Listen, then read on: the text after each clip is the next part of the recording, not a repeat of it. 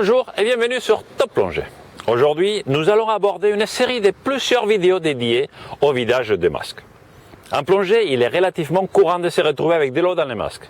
Il suffit d'avoir un peu de moustache ou de rigoler pour que l'eau rentre.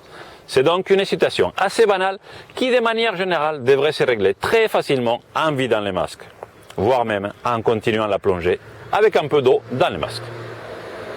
Cependant, malgré son extrême simplicité, le vidage des masques est possiblement l'exercice qui a créé et qui continue à créer le plus grand nombre de blocages émotionnels chez les plongeurs débutants et même chez certains plongeurs confirmés.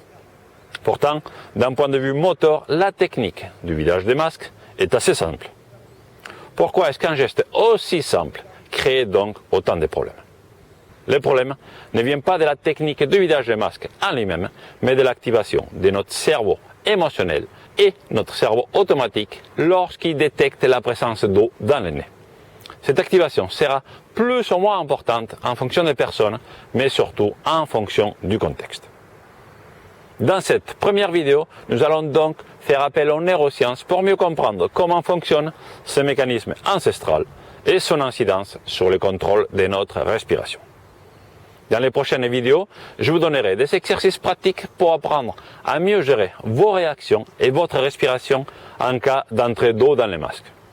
Si vous suivez mes conseils, le vidage des masques deviendra un véritable jeu d'enfant pour vous. Pour mieux comprendre les explications qui vont suivre, je vous conseille de regarder avant les 3 premières vidéos de la série dédiée à la régulation de la respiration en plongée. Pour cela, il vous suffit de cliquer sur le lien qui apparaît en haut à droite de notre vidéo.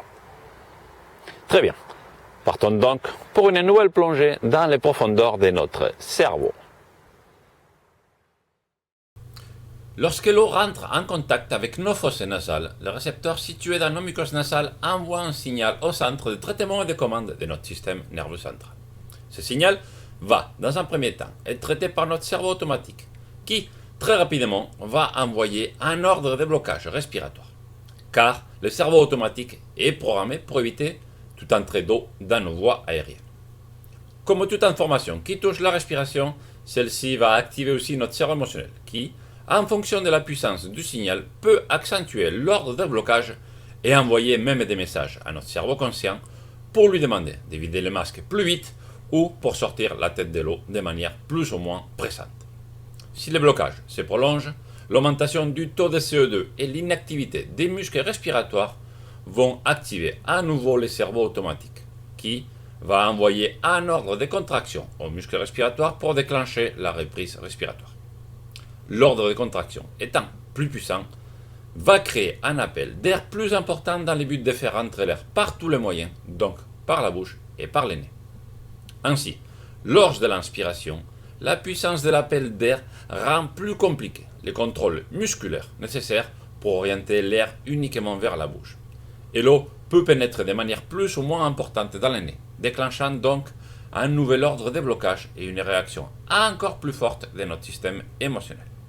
Il est donc très important de bien comprendre que tant qu'il y aura de l'eau en contact avec les fosses nasales, les ordres automatiques de blocage et d'inspiration peuvent se succéder et finir par se court-circuiter, provoquant l'activation importante du cerveau émotionnel et donc la perte du contrôle conscient, et qui peut, dans les cas les plus extrêmes, prendre le contrôle total de nos réactions pour nous obliger à sortir la tête de l'eau et déclencher une remontée incontrôlée vers la surface.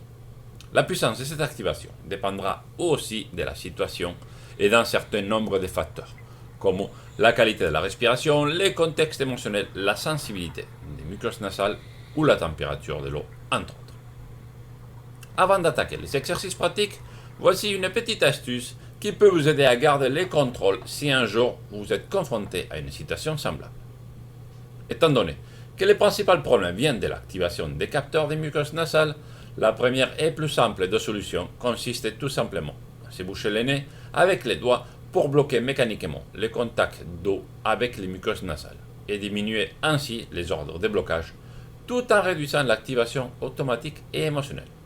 Ce simple geste permet aussi, en orientant automatiquement l'arrivée d'air par la bouche, de reprendre le contrôle conscient de la respiration et de diminuer encore plus l'activation émotionnelle. Une fois le contrôle de la respiration et de vos émotions en main, vous pouvez vous concentrer sur la technique qui vous permettra de vider les masques.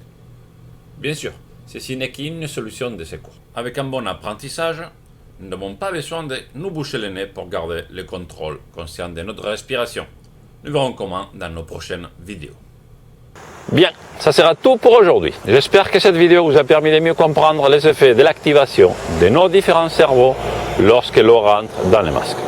Dans la prochaine vidéo, nous aborderons quelques exercices pratiques pour améliorer le contrôle de la respiration par la bouche lorsque nous avons de l'eau dans les nez.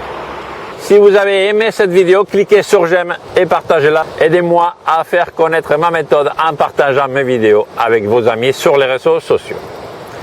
Si vous souhaitez découvrir plein d'autres astuces ou exercices pour améliorer encore plus vos plongées, n'hésitez pas à vous abonner à ma chaîne YouTube ou à suivre une de mes formations. Vous trouverez toutes les informations sur mon site web. Dans mes futures vidéos, je vous donnerai d'autres conseils et astuces pour vous aider à améliorer la qualité et la sécurité de vos plongées. Je vous apprendrai par exemple comment réussir à équilibrer les oreilles à tous les coups, ou à améliorer votre équilibre, ou à réussir l'assistance au gilet, entre autres. Il y aura aussi des vidéos avec des cours théoriques pour tous les niveaux, et tout ça bien sûr, toujours en tentant d'apporter un regard différent et complémentaire avec les formations existantes. Voilà, cette vidéo est maintenant finie. Vous pouvez reprendre une activité normale en attendant la sortie de la prochaine vidéo. Je vous souhaite plein de plongées top et je vous dis à bientôt pour la suite sur Top Plongée.